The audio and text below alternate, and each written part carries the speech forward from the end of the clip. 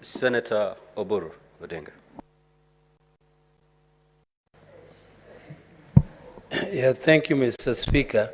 Mr. Speaker, I also stand to support the petition by my brother, Honorable Cherargei from Nandi. Mr. Speaker, I knew Jean Maria Serone personally, and he was a young, very, very astute lawyer who was representing Kenyans, not only Kenyans, but his people also very effectively in Parliament, Mr. Speaker. Mr. Speaker, the law which detained Jean Maria Serone was passed in this Parliament. And when it was passed in Parliament, it was the law on detention without trial. Many members spoke very passionately in support of it.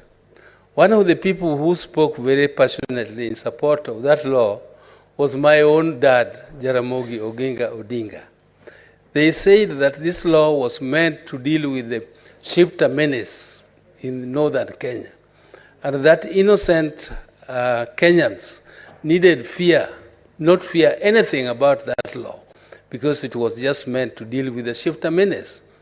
But Mr. Speaker, before long, many of the people who spoke very passionately about it, including my own father, became the victims of the same law. Mr. Speaker, I can also tell you, Mr. Speaker, that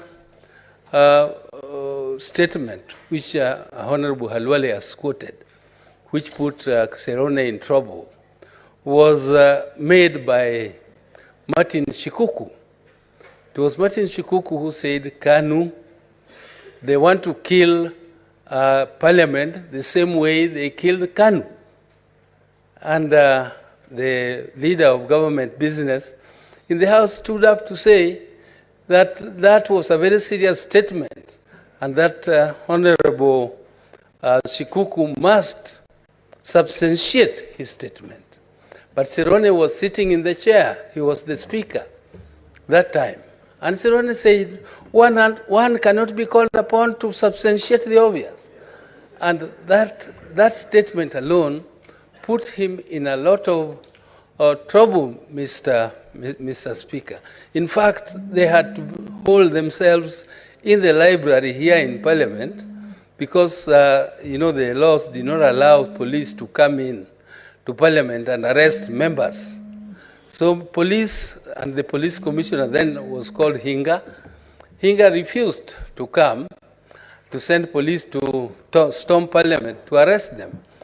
But then finally, the authorities that be said, even if they are still in the wombs of their mother, go and remove them and take them away. And they were indeed taken away, Mr. Speaker. And I can tell you, Mr. Speaker, that same law, when my father was arrested in 1969 and was still being held in his house, under house arrest in Kisumu, one of the parliamentarians here said that we should not have two presidents. One is being guarded in Kisumu by police and another one in Gatundu. We should only have one president. So that the Jaramogi should be removed and taken to prison where he belongs. But Mr. Speaker, the person who spoke passionately about it here in Parliament was again later, detained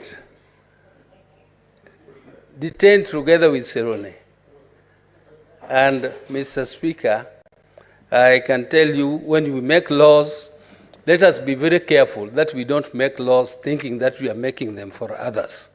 The same laws that you make will also be used against you. Mr. Speaker, so when you people are ordering police to lobby tear gas at us, be very careful. Those things could be used against against you.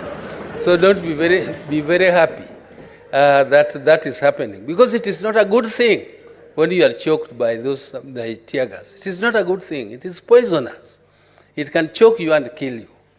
So this injustice which is being done to Honorable Serone is a historical injustice.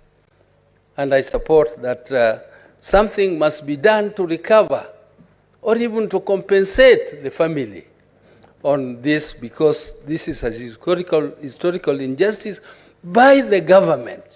Whichever government it was, it is by the government of Kenya.